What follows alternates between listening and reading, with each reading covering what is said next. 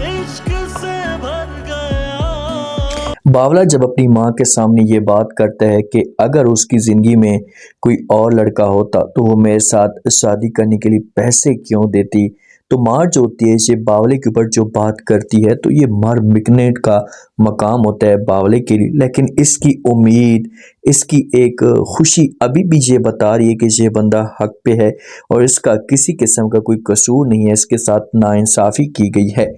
जब ये सब कुछ हर तरफ थरथराहट मचती है, तूफान सा खड़ा होता है, तो उसके बाद जो है वो बावले को इस बात का पता चलता है, तो बावला जो होता है साफ अल्फाज में इनकार कर देता है। ये अपनी माँ को कहते हैं कि माँ जी नहीं, ऐसा नहीं हो सकता, मैं एक दफ़ा जाऊँगा, जाकर शाबाना के साथ बात करूँगा और उससे जो वो पूछूंगा कि उसने ऐसा क्यों किया, क्योंकि इसे यकीन नहीं आ रहा होता। तो ये जब आता है तो अब माहौल इतना ख़राब हो चुका होता है कि जो शबाना होती है ये बावले की बात तक नहीं सुनती। बावला जो होता है ये शबाना को कहता है कि चलो मेरे साथ, मैं जब आपके साथ शादी करूंगा, जो भी है आपके साथ हुआ है, जो कुछ आपने किया है, मैं वो सब कुछ भुलाने के लिए तैयार हूँ। लेकिन जो शबाना होती है अब गुस्से में आ चुकी होती है और ये बावले को कहती है कि नहीं, मैं अब तुम्हारे साथ नहीं आ सकती, मैंने आपको जो कहना था कह दिया, अब चले जाओ यहाँ से और दोबारा यहाँ पर आने की कोशिश मत करना। नुसरत साहब भी गुस्सा करता है और ये अपने बेटे को लेकर चले जाते हैं और शबाना के ऊपर टस करते हैं।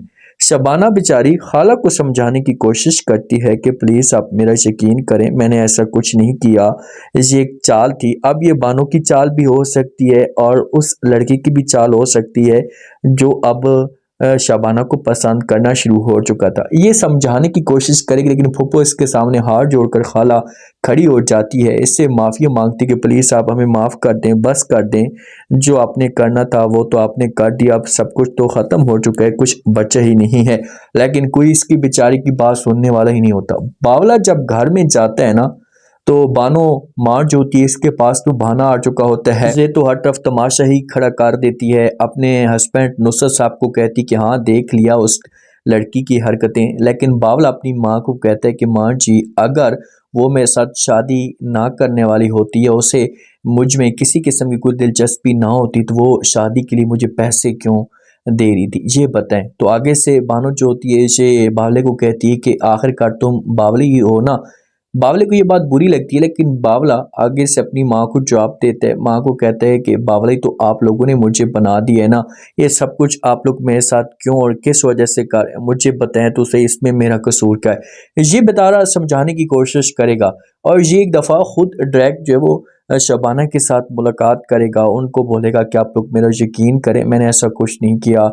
और शबाना के साथ भी बात करेगा कि इसमें मेरा कोई कसूर नहीं, अगर मेरी माँ ने जो कुछ किया है मैं फिर भी आपके साथ शादी करने के लिए तैयार हूँ। लेकिन जो शबाना होगी इसके दिल में इतनी नफरत पैदा हो जाएगी कि ये फिर बावले की कोई बात नहीं सुनेगी, इससे साफ अल्फाज में इनकार कर देगी कि चले जाओ यहाँ से और दोबारा यहाँ पर आने की कोशिश मत कर। अब नेक्स्ट एपिसोड में क्या इंटरेस्टिंग ट्विस्ट पैदा होगा, क्या शबाना की असलियत जो है वो सबके सामने आएगी, क्योंकि ये तो अपनी बहन के लिए इतनी बड़ी कुर्बानी दे रही थी, ये तो मोहब्बत नहीं करती थी, लेकिन जो इसके ऊपर इल्ज़ाम लगे ना, अब सब के सब इससे जो है वो नफरत करना शुरू कर देंगे और इसके साथ बिल्कुल भी बात नहीं करेंगे।